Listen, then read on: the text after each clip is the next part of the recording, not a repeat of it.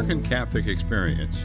J. Dolan states that between 1820 and 1920, the U.S. attracted about 34 million immigrants from Europe. Part of this vast immigration was the Catholic immigrants who came and made their home in Arkansas. Freedom to worship as one pleases, low-cost land, and opportunities for a better life to raise their families brought them from Germany, Switzerland, Poland, Italy, France, and Ireland. Their arrival required adjustments to a different language and culture, along with the hard work and determination to clear the land for farming. In the late 1800s, roads were mostly dirt and mud, and vehicles were wagons, horses, and mules. For the early Catholic families who came to Conway's St. Joseph Colony between 1873 and 1889, settlement included building a church and a school in their little community. Settlers had started to arrive in Arkansas and Conway in small numbers during the 1860s and the early 1870s, mainly for railroad construction. Edward Fitzgerald, the Roman Catholic Bishop of Arkansas, whose diocese was coextensive to the state, was working hard to increase his Catholic flock. In 1877, he encouraged Benedictines to arrange a deal with the Little Rock and Fort Smith Railroad to set aside thousands of acres of land for a colony of mostly German and German-speaking Swiss, who arrived then in greater number. The next year, in 1878, after he founded the school that became Duquesne University, the US Provincial of the Spiritans, Father Joseph Strube, left Pittsburgh, PA, to establish the first St. Joseph's Colony in Conway. Like the Benedictines, and with the support of Bishop Fitzgerald, who had received him with open arms, Father Strube had also arranged for 720,000 acres of land from the same railroad company, 15 miles wide, 75 miles long, with 200,000 acres suitable for cultivation. This would allow for an increase in Catholic immigrants to settle in the Morrilton area, which today includes Conway. Strube was interested in the situation in Arkansas. After the Civil War, an exodus to the west was going on.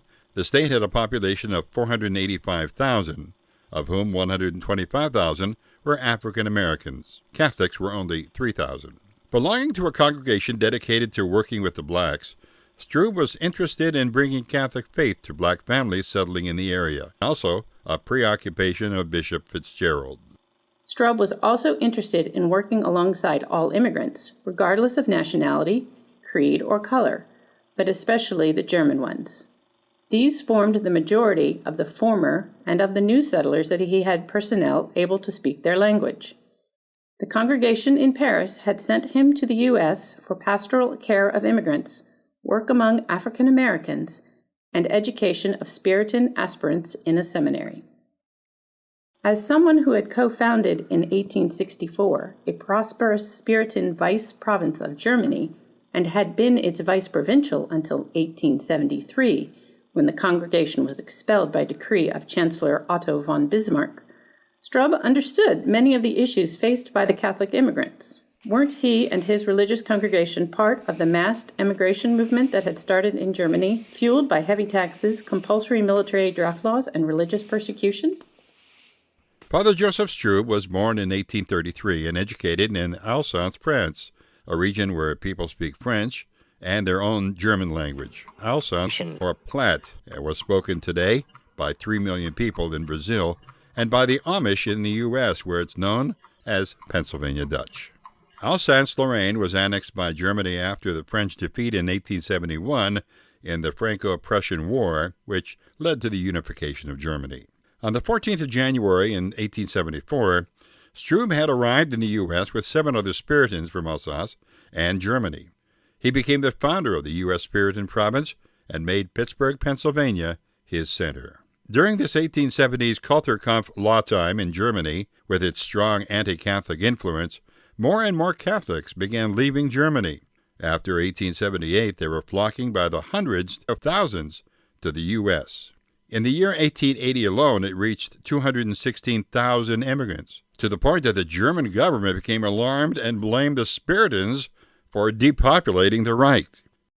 Father Strub had written in 1880 The Guiding Star, a German language propaganda pamphlet that encouraged immigrants to settle in St. Joseph's Colony. By publishing an official warning against their U.S. colony in Arkansas, The German government honored Strub and the Spiritans. The colony thus became even more widely known in Germany, and it even gave the Central Party a chance to attack the Iron Chancellor in the German parliament, pointing out the folly of his religious policies. As one deputy expressed it, "It is not the Spiritans, but the Prussian policy and its wretched Kulturkampf that are depopulating the country and causing our best people to migrate to the US, where these religious men offer them the comforts of religion which they cannot have in the homeland." Targeted toward Germany, Swiss, and the Austrian Catholics, the Guiding Star provided information for immigrants concerning the best ways of coming to the colony. It included traveling prices, names of boats, ports, railway stations, where to embark, hotels, and even dangers to consider while traveling.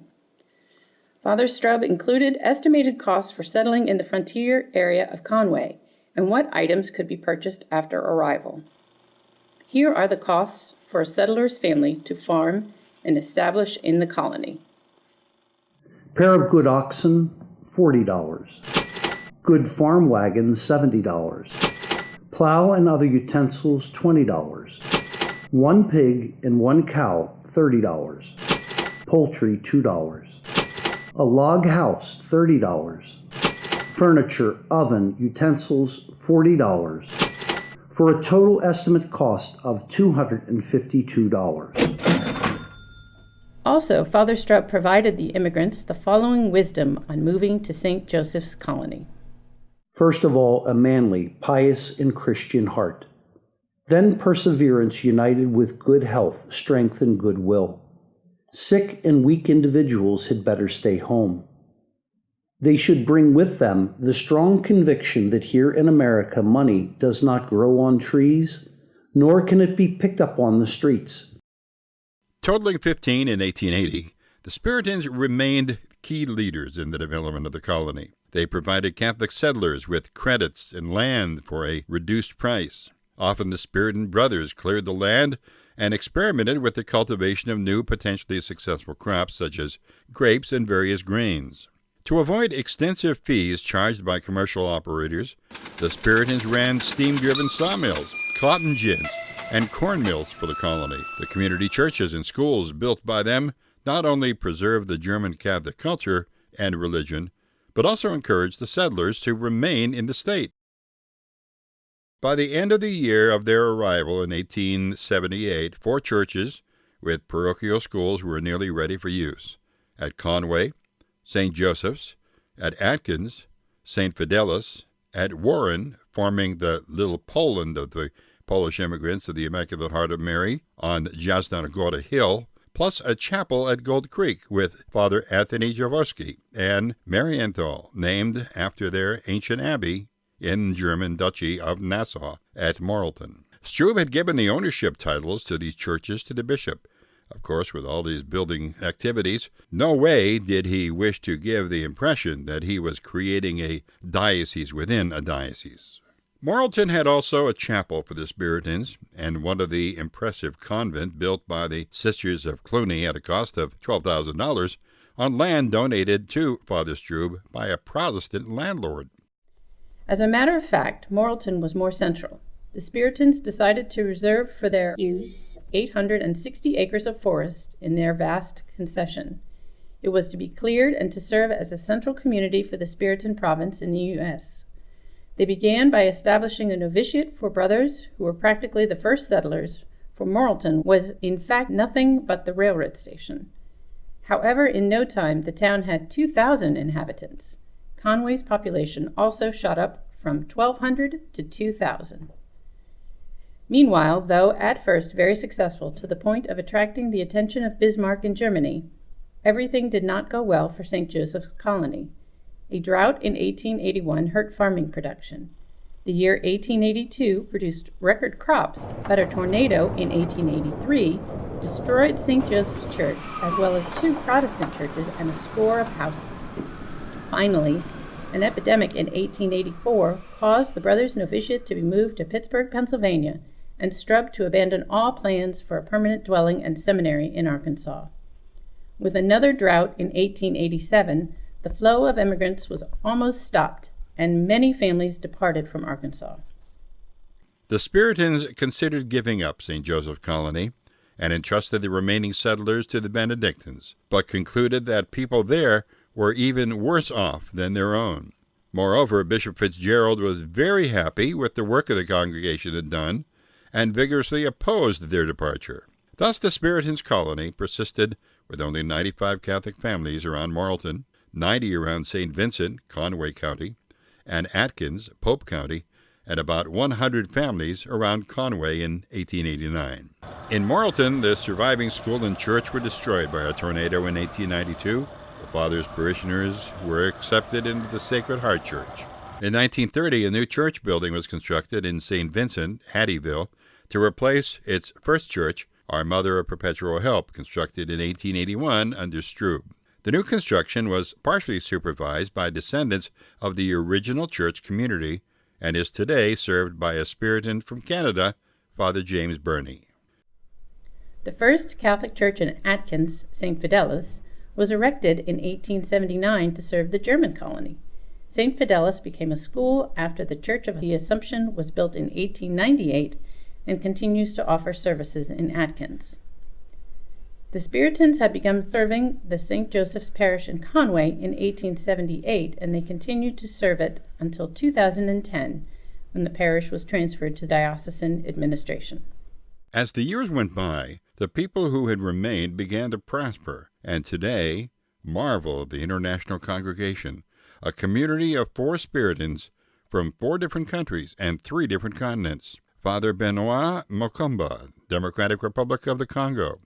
Father Gilbert Tyro from Tanzania, Africa. Father James Burney from Canada, North America. And Father Martin Vu from Vietnam, Asia. They continue to serve Jesus Christ from their community based in Helena in the Diocese, where Strube arrived in 1878 with his Spiritan companions, the Diocese of Little Rock, Arkansas. This they do in Hattieville, Conway County, in Helena, West Helena, Phillips County, in Mariana, Lee County, in Brinkley, Monroe County, in Forest City, St. Francis County, and in Horseshoe Lake, Crittenden County.